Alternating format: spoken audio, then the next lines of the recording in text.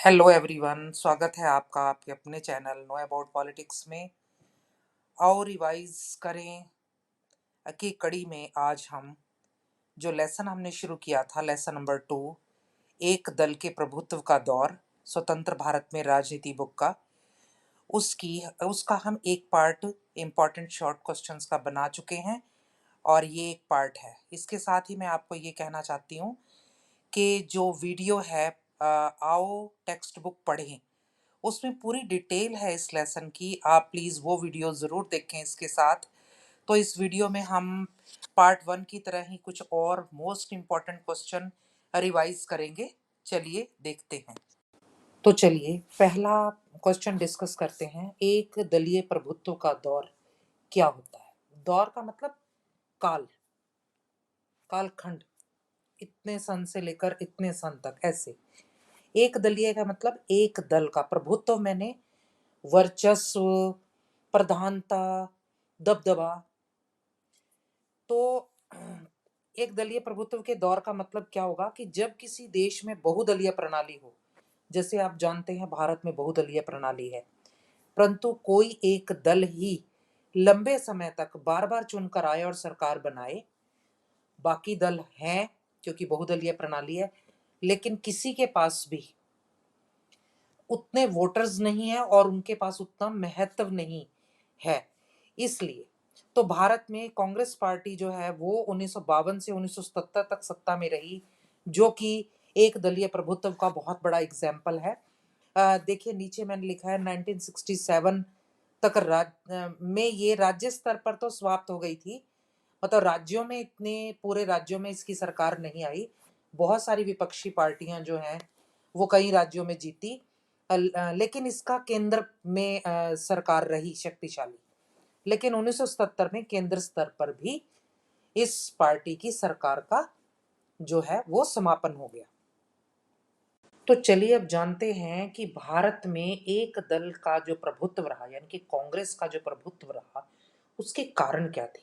देखिए ये आपका very short answer type, short answer type और ऐसे टाइप क्वेश्चन भी यहीं बन जाएगा। ये मैंने सारे पॉइंट ले लिए हैं। पहला, कांग्रेस में सभी वर्गों को प्रतिनिधित्व, मतलब सारी तरह के लोग थे इसके अंदर। उग्रवादी, उदारवादी, दक्षिणपंथी, वामपंथी, मध्य मार्गी, सभी जो तरह के लोग, वर्गों के लोग जो थे इसके अंदर थे। तो इसकी जीत का एक कारण था। दूसरा, विरोधी दल कांग्रेस से ही निकले हुए थे, जितने भी विरोधी दल बने हुए थे। तीसरा, 1967 में राज्यों में सत्ता जाने पर भी केंद्र में इसकी बहुत प्रभावशाली सरकार रही। चौथा है, राजनीतिक दलों में की एक जैसी नीतियां। जो इसके अलावा जो राजनीतिक दल थे उनकी नीतियां, उनके एजेंडे, उनके कार्यक्रम कांग्रेस जैसे ही थे। तो लोगों ने सोचा कि फिर कांग्रेस को क्यों ना चुना जाए। गठबंधन सरकारों की असफलता, 1967 के आम चुनावों में आधे राज्यों में गैर कांग्रेसी गठबंधन सरकारें बनी। गठबंधन क्या होता है?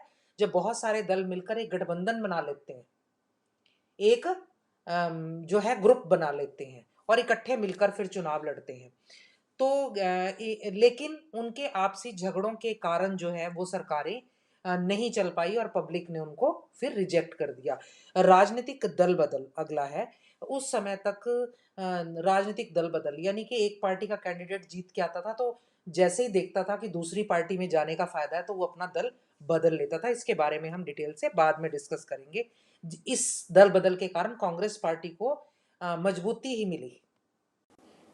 तो इसी के साथ एक और क्वेश्चन है कि कांग्रेस को छत्री संगठन या छाता संगठन या एक सराय क्यों कहा जाता था? देखिए कांग्रेस की स्थापना 1885 ईस्वी में सर ए.ओ. ह्यूम, जो कि एक अंग्रेज अधिकारी थे, उन्होंने की थी। यानी कि बहुत पहले हो गई थी, बहुत पुरानी पार्टी थी।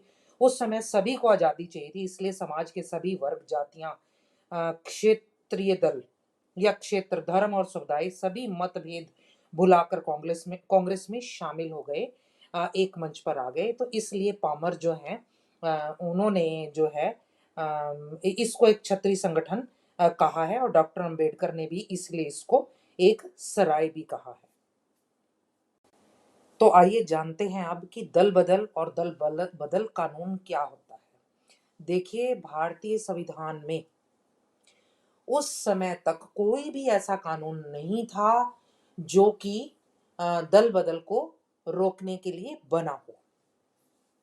1967 में क्या हुआ कि एक निर्वाचित सदस्य जो था वो जिसका नाम गया राम या गया लाल था हरियाणा में, उसने एक ही दिन में 3 बार दल बदले और वहां से दल बदल के ऊपर ये मुहावरा पूरे भारत में प्रचलित हो गया, आया राम गया राम वाला।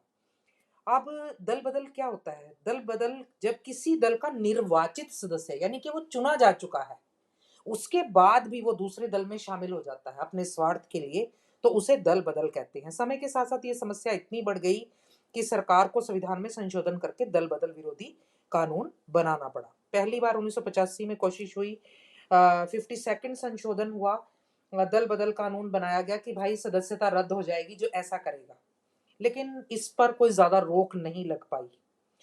फिर 2003 में 91st संशोधन में इसमें और कठोर नियम बनाकर इसको संशोधित कर दिया गया। अब इसमें क्या कहा गया कि दल बदल करने वाला कोई भी सांसद या विधायक संसद की सदस्यता तो खोएगा ही, लेकिन साथ साथ अगली बार चुनाव जीतने तक अथवा सदन का जितना शेष कार्यकाल बचा है उस तक, जो भी इनमें से पहले आ रहा है, मंत्री पद या कोई भी लाभ का पद नहीं ले पाएगा। ठीक है। और इस प्रकार से 1/3 सदस्यों की अनिवार्यता को भी इसमें समाप्त कर दिया गया। हाँ, इसमें वो लोग नहीं आते जिनको पार्टी ने निकाल दिया, और इसके बाद वो 2/3 सदस्यों वाला बना कि अगर आपकी पूरी पार्टी के 2/3 सदस्य ही कन्वर्ट हो रहे हैं, दूसरी पार्टी में जा रहे हैं, शामिल हो रहे हैं, तो ये लागू नहीं होगा। लेकिन इस पर भी कठोर नियम फिर इस 2003 वाले संशोधन में लगाए गए। चलिए स्टूडेंट्स, आज की वीडियो में इतना ही। जल्द मिलेंगे इसके पार्ट 3 में। तब तक के लिए आप प्लीज़ इस वीडियो को लाइक करें, शेयर करें, सब्सक्राइब करें, बेल आइकॉन का बटन ज़रूर दबाएं। नए व्यूअर्स सब्सक्राइब ज़रूर करें please. Thank you very much.